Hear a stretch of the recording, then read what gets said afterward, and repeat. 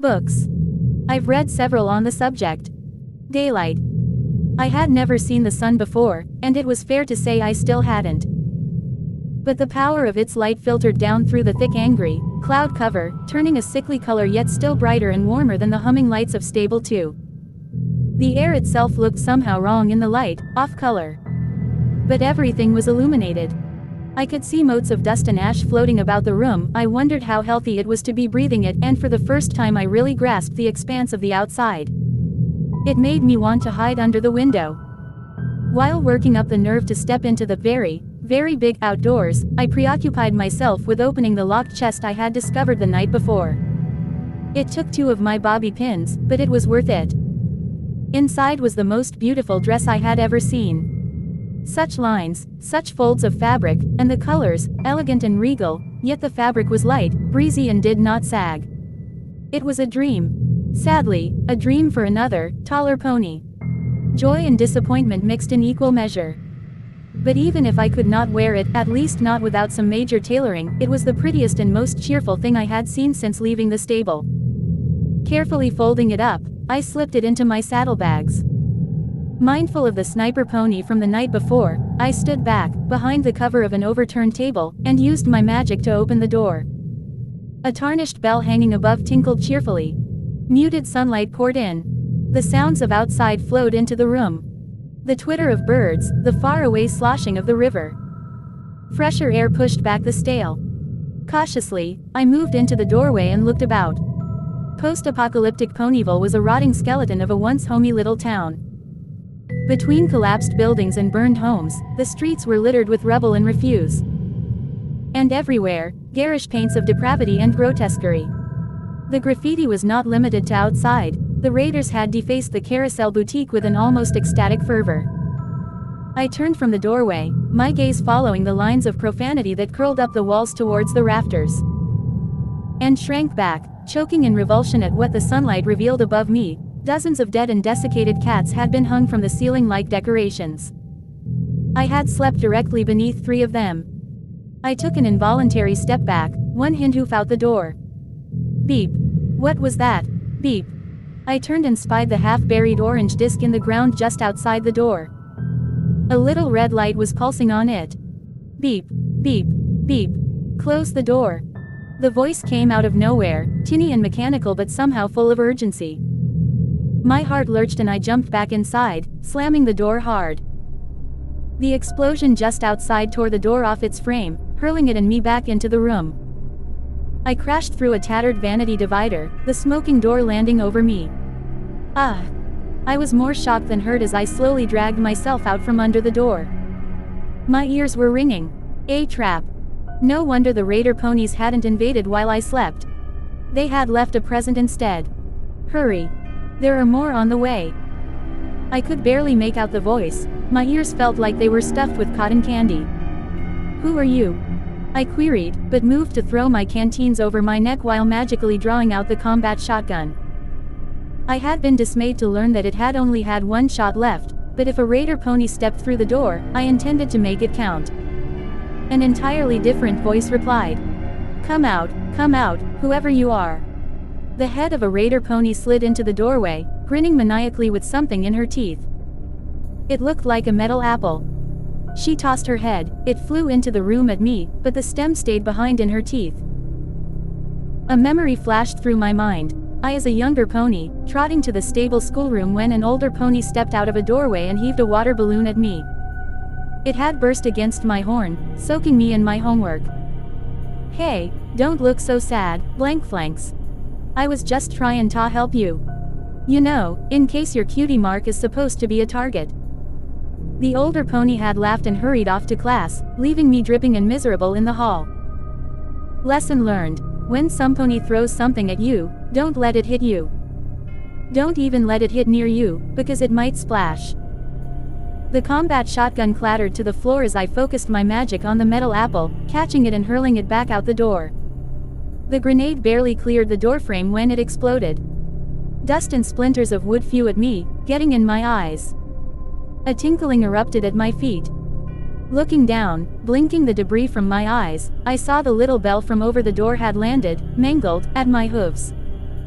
My eyes hurt, and I kept blinking to clear them. Cautiously, lifting the combat shotgun again, I edged towards the door. I could barely see the foreleg of the raider pony around the edge of the door frame, completely still. With a second thought, I levitated the table so that it formed a barricade over the lower half of the doorway, and crawled up behind it. Quickly popping my head up, I looked to see if the raider pony was still conscious. The leg wasn't attached to the rest of the pony.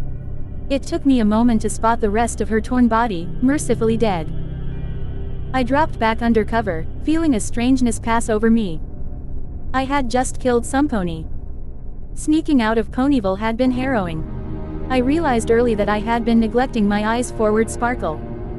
Once I had brought up my E.F.S. It was far easier to determine where the raider ponies were, and to avoid them. Despite actively looking for me, the raider ponies proved less than adept hunters.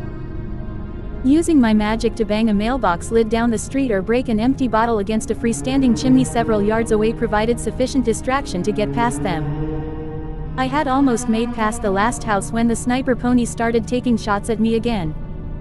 The closest shot grazed my flank, a slash of burning pain and a flowing blood. Fortunately, the wound looked far worse than it was, and even my meager medical skills were enough to stop the bleeding and bandage it. I crouched in a little gully, sheltered by trees, and fought to catch my breath. Somewhere in the distance, I heard music playing again. The rumble from my stomach was much louder, reminding me that I hadn't eaten in almost a day. I floated out one of the apples from my saddlebags while I uncorked one of my canteens. Of course, I had no more than taken a sip when my pip-buck threw a dancing red light into my E.F.S. compass. Not coming from the raider town, but from up ahead, deeper into the hilly wood. Of course. Something else was coming to get me. Because the wasteland clearly hated me. I recorked the canteen and stood up, wincing at the flare of heat in my wounded flank. I lifted the combat shotgun, still with its single shot, and perked my ears to listen. My surroundings were quiet. Even the music was gone. Then I started to make out a faint buzzing. I lifted the gun to eye level and focused down the top of the barrel, lining it up with warning mark of red on my E.F.S. At first, I saw nothing. Then I spotted it, an ugly little flying creature, bloated and grotesque, hovering between the trees. It spotted me too, and shot a spiny dart through the air at me. It missed me mostly, getting tangled in my mane. I aimed, but hesitated. The damn thing was so small, and could jerk about so erratically, that I had almost no chance of hitting it. I didn't dare waste my only shot. So I did the next best thing. I dodged behind a tree and prepared to gallop. Another mark appeared on my E.F.S. followed by a zorching, crackling sound quite unlike anything I'd heard before. The red light winked out, leaving only the new one, which my pip-buck had divined as friendly. I'm really sorry about what happened back in Ponyville. But that raider didn't give you any choice. She would have killed you. It was that same mechanical, tinny voice that had shouted out the warning that surely saved my life earlier. With a mixture of relief and bewilderment, I watched the sprite bot fly up to my hiding place. Who are you? What are you? Was the question that wanted to escape my muzzle, but I suspected it would be rude. Closing parenthesis. A friend. I raised an eyebrow. Okay, a passing acquaintance. But one that doesn't mean you any harm. After a pregnant pause, call me Watcher. I regarded the sprite bot critically. Watcher. Okay. I slipped out from behind the tree and started looking for where my apply had rolled to when I dropped it. Not far away, near where the flying creature had been, I spotted a glowing pile of pink ash. You do that. Bloat sprites. That's what you get when you mix parasprites with taint. Can't stand 'em, myself. Glad to help. Finding my apple, I levitated it up. Thank you. And thank you for the warning about that thing in the ground. Mine. I blinked. Why you want my apple? The sprite bot laughed, which was very weird to hear since the artificial voice didn't have any inflection. No. That's what it was called. The explosive in the ground. It's called a mine. It triggers when you step close. Oh. I took a bite of the apple. That's a very stupid name for a weapon. The sprite bot laughed again. It was a little unnerving. Then, strangely, I found myself chuckling as well. I really thought you meant my apple was yours.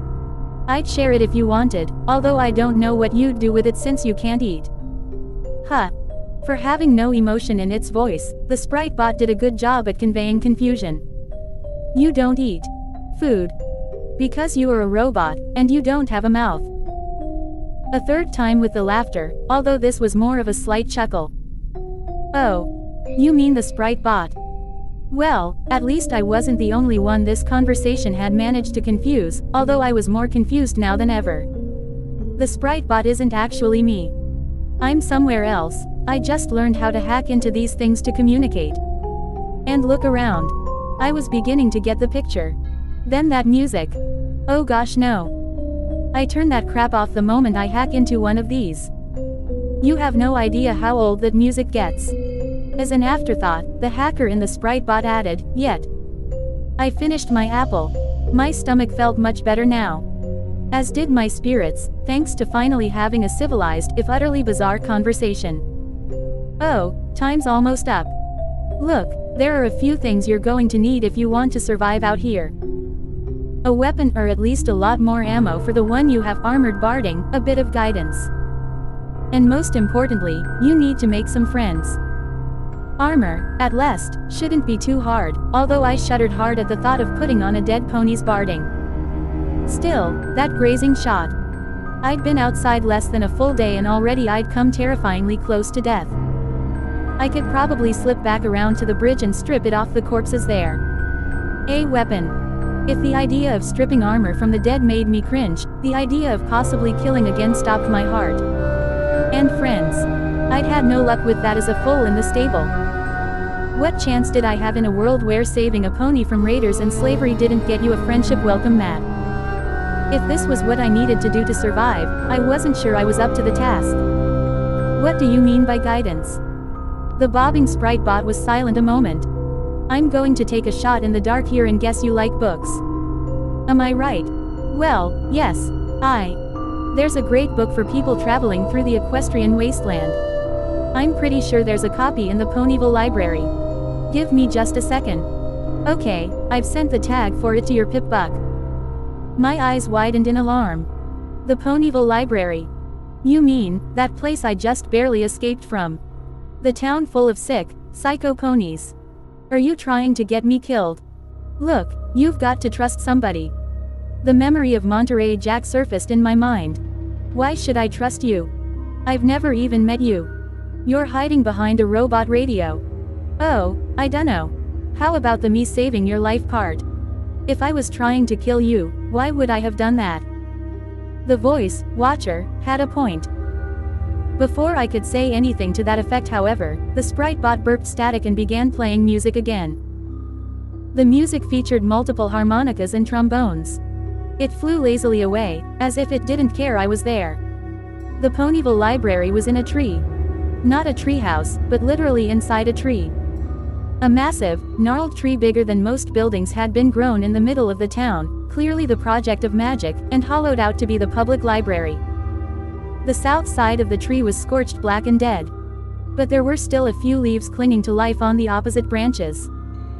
The tree was surrounded by a wide open space with absolutely no cover. Any hope my luck at the Carousel Boutique would hold out here was dashed when I looked up to the highest balcony and finally spotted the sniper pony, an earth pony armed with a powerful-looking rifle.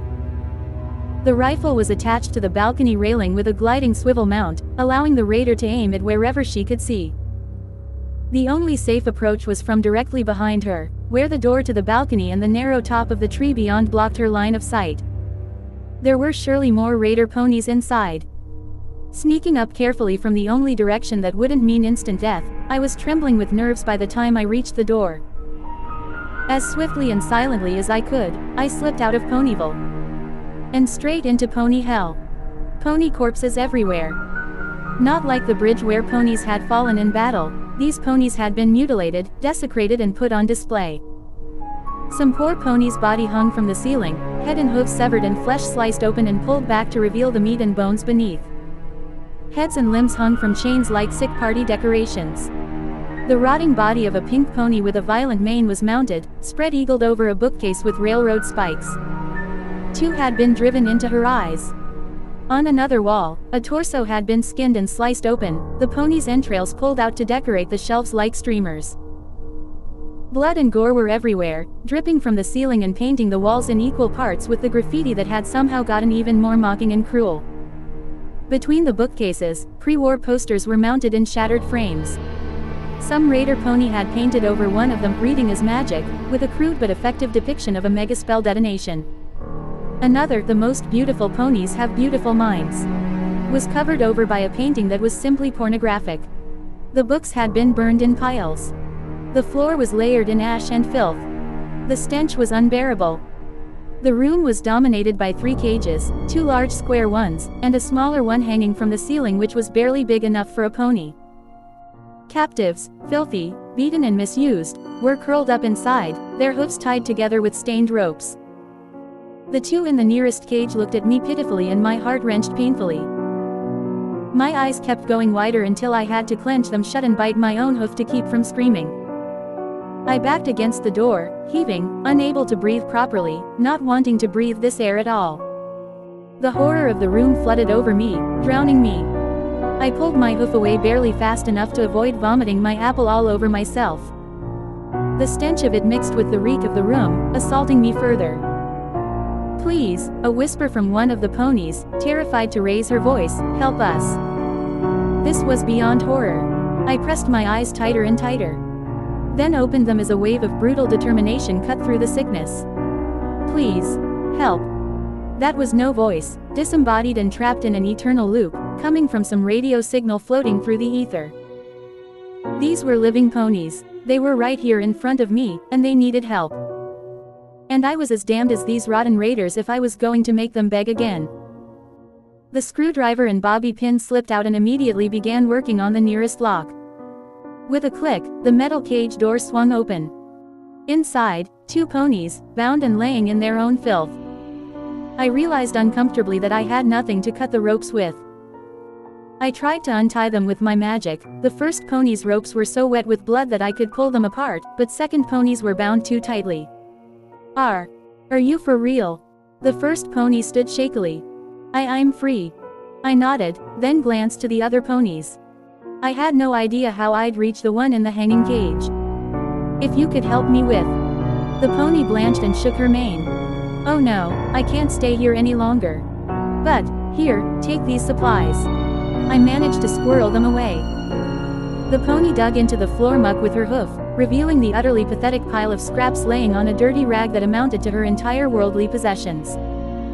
A can of diced carrots, a box of pre-war single-serve cake, a handful of bottle caps. It broke my heart.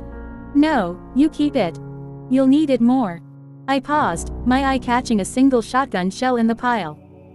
"Actually, I'll take this shell. Thanks." I magically opened the shotgun and slid it into place. Now I had 2.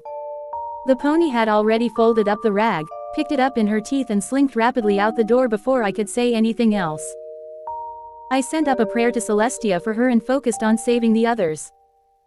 I looked over the second pony, who hadn't said a word, and recoiled as I saw the blood caking the inside of her flanks. What had these raiders done?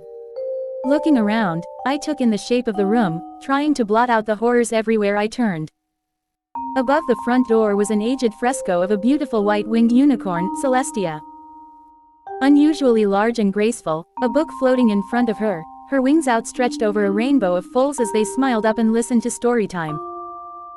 Not only had the ponies been painted over with images of blood and knives and violence, the fresco had been used for target practice, everything from bullets to flung excrement, and was now shattered and stained unspeakably. The room was oddly shaped, with balconies and rooms branching, literally, off in all directions. I could hear the voices of raider ponies in the other rooms. And, judging from the decor, knives wouldn't be far behind. "I'll be right back," I promised with a whisper. Then, levitating the combat shotgun, I moved towards the nearest interior door. I jumped back as the door swung open at me. A raider pony stepped through and stopped, staring at me blankly. His coat was dark black under his makeshift armor, his mane wild. Holsters were strapped to his flanks, one with a small gun, the other holding a blade whose edge was jagged like a saw, ensuring the most grievous of wounds. In stark, horrified disbelief, I saw that his cutie mark was actually a splayed torso. The raider pony recovered quickly, swinging his head around and drawing out the small gun in his teeth. What, was he going to pull the trigger with his tongue? Just before S.A.T.S. helped me pump my 2 shotgun rounds into his face. I felt no remorse as his head turned into spaghetti sauce that splattered over his instantly lifeless body. I hadn't just killed a pony, these raiders had given up any right to the title. These were not ponies, they were sick monsters that needed to be put down. And Celestia helped me if I wasn't going to do just that. I didn't realize it until that moment, but I was mad. The pure evil of this place had shaken me to the core. And my core was furious. Collecting knife and gun, I dropped the empty combat shotgun to the side. The smaller weapon was not going to be as powerful, but was fully loaded, 6 shots in a revolving barrel. And that was good, because there was no way the noise wasn't going to bring every raider pony running. The first 3 raider ponies galloped into the main library almost immediately, one of them crying out thrilled insults. S.A.T.S. helped me fire 3 shots at her head. The first 2 missed, but the third found a home in one of her ugly red eyes and down she went. A second started firing another small firearm at me. What do you know, they do shoot with their tongues. Bullets impacting the door frame. One shot punctured one of my saddlebags, but didn't pierce flesh. I crouched and poked my head around, levitating the revolver in the open doorway. I fired 2 shots at the second pony, but my Pip-Buck's targeting spell was refreshing, and without it I might as well have been aiming at the ceiling. Still, the gunslinger raider skittered away, using one of the captive ponies for cover. The dishonorableness poured gasoline on the fire of my anger. I stepped fully into the doorway, looking for the third, spotting him on the far end of the main room. The third raider pony lowered his head, a pool cue clenched in his teeth, and charged at me. I blinked. Really? I took a single step back. The pony rushed at me full tilt, and was nearly on me when the ends of the pool cue struck the doorway, snapping him to a stop. I fired the revolver's last shot point blank into his neck. Even I didn't need S.A.T.S. at that range. Shouldn't you ponies be smarter than that? You live in a library. As the body slumped to the floor, bleeding from the gaping wound through its neck, I saw the gun-wielding raider standing in the open, aiming through the door. I dived to the side as shots rang out, and screamed as I felt a bullet sink into my side. It hurt. More than I had thought it would.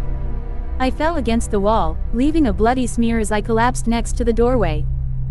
Pain seared my side, flaring with each breath. I could hear the clop of the raider's hooves as he approached cautiously. I tried to focus my magic to close the door, but the body of Pool Cue Pony was in the way. I cast about the room. It was a kitchen.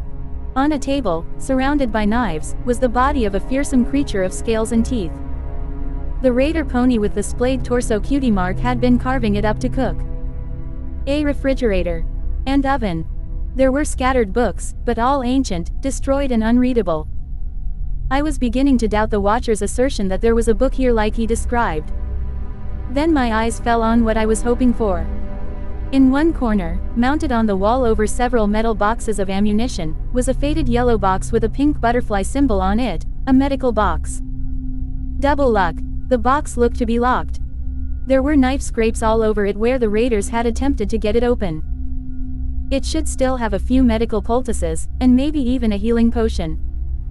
But I had to survive the raider pony first, and I was wounded and out of bullets. Crossing to the ammo boxes would mean moving across the open doorway. Scooting back, I looked around again. And focused my magic through the pain. When the raider pony stepped in, he was met by a swarm of knives flying at his face. Gah! He turned and fled back out. The knives all either missed or struck uselessly against his armor. I was even more pathetic with melee weapons than I was with guns. But it got him out of the way long enough to make for the ammo boxes. Luck was with me again. While one box had ammo in large clips for a type of gun I had yet to see, the other had bullets designed for the revolver. The raider poked his head around again, calling out, "You're all out of knives, Missy. Why don't you just come on out? I promise I'll let you die, eventually." His head turned in my direction, his eyes went wide. I don't know if it was the look in my eyes or the revolver. S.A.T.S. was with me again, and this bastard wasn't going to get another chance to use raped and beaten captive as a shield. One more dead raider, a picked medical box and a healing potion later, I trotted quietly back into the main room, serrated knife floating by my side. I moved to the open cage and sawed away the ropes binding the poor pony. Go. You're free. Get somewhere safe. With a blink, I remembered the sniper pony, and quickly told her which direction to sneak away in. She nodded mutely and began to slink out. I moved to the next cage. What I saw sickened me. A pony had been locked inside along with a decaying corpse.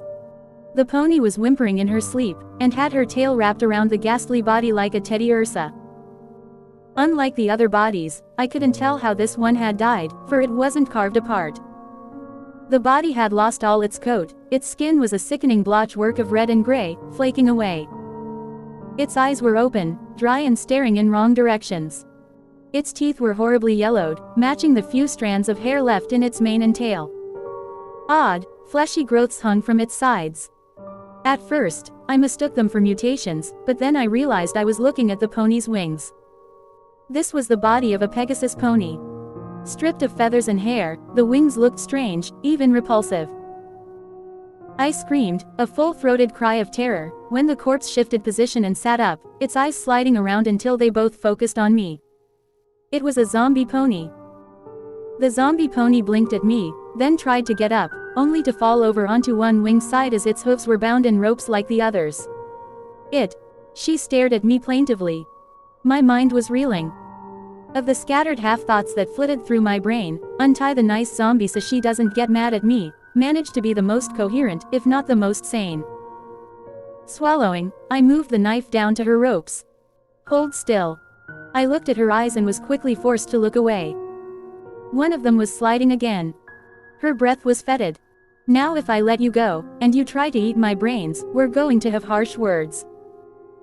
I had freed the second two captives, including the zombie pony, both of whom slipped away without an offer to help, although the zombie at least smiled at me, which was deeply unpleasant, and was trying to figure out how to get to the hanging cage when two more raider ponies appeared on a balcony above. One of them was a unicorn pony with a very scary-looking firearm. I dove into the shelter of a stairwell as the raider opened fire. The gun let out a terrifying cacophony of rapid-fire cracks as it sprayed the main room with bullets. At least I knew what type of gun the large clips were for now. I waited until I heard him reloading, then dashed into the room and spun to face him, focusing all my magic. Not on my own weapon nor on him, but on the bookshelf behind him.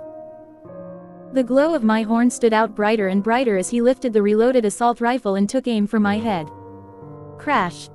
The bookshelf came down on top of him, knocking him unconscious. The assault rifle fell to the floor in a rain of dead books.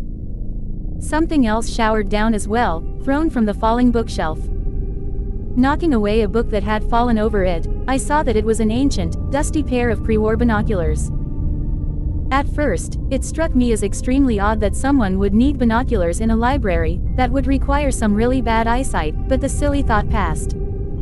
I couldn't see where the other raider pony had gotten to. Swiftly, I added the assault rifle to my growing collection, and the binoculars for good measure. Then I looked back to the balcony, considering it as a way to get to the cage pony hanging from the ceiling. If I could get up there, I thought, I could leap from it to the cage. That would get me close enough that I could see what I was doing while I picked the lock. The second raider pony appeared back at the railing, a wicked grin on his face. With a hoof, he shoved forward an ammo box, then tilted it over. The lid sprung open and half a dozen orange discs poured out into the library below. Beep, beep, beep, beep, beep, beep, beep, beep, beep, beep, beep, beep, beep, beep, beep. Oh fuck. I dashed as fast as my little legs could take me, leaping over the body of Cool Q Pony and under the kitchen table, using my magic to toss it over as a shield. The carved-up radiator slid to the floor with a meaty thump. Behind my shield, the world became blinding light and fire. When I emerged, the main room was a wreck. Fresh blood dripped down into my mane. Looking up, I saw the blast-torn remains of the pony in its twisted metal cage. Oh, Celestia, damn them to hell. More determined than ever, I stripped the raider bodies, what little was left of them now, of their armors. The armors were in shredded tatters, but with some effort I was able to use the best parts of each to patch together something that would give me better protection than my stable-issued utility barding. The resulting outfit had almost no pockets, so I would have to dig the utility suit out of my saddlebags to get at most of my tools, but it was a fair trade. Putting it on was gruesome. My hooves were darkened with blood just from working on it, every inch was covered in the flash-fried gore of dead ponies. I almost lost my nerve and abandoned the awful thing. I slipped it on, my stomach rebelled, but I didn't have any more to throw up. A last look around while I figured I still had time. The raider above obviously assumed I was dead. I would have assumed I was dead too. Looting the bodies garnered me a little more ammo. The gun from the earlier raider had been in bad shape to begin with, and was damaged beyond repair by the explosion. Several ponies apparently collected bottle caps, which struck me as an absurdly odd thing to hoard. I left those alone. The kitchen's refrigerator had a small stockpile of food, cooked radiator meat, a few skewers of barbecued fruits and what the pip-buck identified as bloat sprite meat, a box of pre-war cake because nothing says healthy eating like 200-year-old food, and some water that looked like it was bottled straight out of Sludge River. I took everything but the cake and water. Apparently, Splayed Torso Cutie Raider was a rather decent cook. With a second thought, I looked over the ingredients on the cake box, filled with enough preservatives that your stomach will still be intact long after the rest of you rotted away to dust. And took it too. The raider pony was in the main room, looking over his handiwork, when I returned from the kitchen. One look at me and my growing pile of weaponry, and he fled up the stairs. I galloped after him, revolver zipping through the air in a cloud of levitation magic that matched the light around my horn. He went through a door on the level above. It took me only a moment to reach it, but caution made me skid to a stop before barreling through. If that had been me on the other side, I'd be waiting just to the side of the door, ready to take the head off of the raider who rushed through. With positions reversed, I was not going to make the same mistake. A filly's cry from inside, "Ah! Help!" changed the scenario. Standing to the side, I threw open the door. When there was no attack, I darted in. And stopped short. The room was lined with more destroyed books on either side, and ended in a large window that opened onto a balcony. This room was decorated as disgustingly as the last, but filled with stained sleeping mattresses. Near the open window, a filly too young to even have her cutie mark lay on a mattress stained with so much blood it was nearly black. She had been brutalized and raped repeatedly, and her flank was covered in small burns where her cutie mark would have eventually appeared. Her ropes were on the floor nearby, looking chewed through. And between myself and her, the raider pony stood with a shocking hostage, the zombie pony. It took me a moment to realize she must have flown in from the balcony, and if I was allowed to believe there was any decency left in the world, it would have been her who gnawed the filly's ropes free. Now, she was against a wall, with the blade of an axe to her throat. A small part of my brain insisted on distracting me by wondering how the zombie pony could have flown when her wings didn't have any feathers. As if that was a more significant mystery than how she could be alive by some definition in her decayed physical condition. My distraction was distracted by a nearby table. An ashtray with a smoking cigar told me just how the filly had gotten those burns. Rage welled up in me until I felt it would burst through my eyeballs. Next to the ashtray, two familiar metal apples rested on top of an only lightly stained book with a stylized pony skull on the cover. A second book, this one showing a revolver almost identical to the one floating next to me, had slipped to the floor where it rested against one leg of the table, along with several pencils and a filly's lunchbox.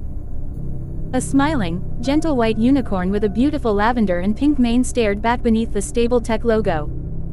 It felt wrong that something so innocent-looking should be in this place. My eyes turned to the Earth Pony Raider with the axe in his teeth. For a moment I just hated at him, the room quiet except for the filly's occasional whimpers. When my voice returned, my words surprised me. "By Celestia, you're stupid. Hard to tell a pony to back off, or surrender, when your mouth is full of axe, isn't it?" Maybe if you spent some more time reading these books rather than destroying them, you'd be smart enough to come up with a plan that actually allowed you to negotiate a way out of this.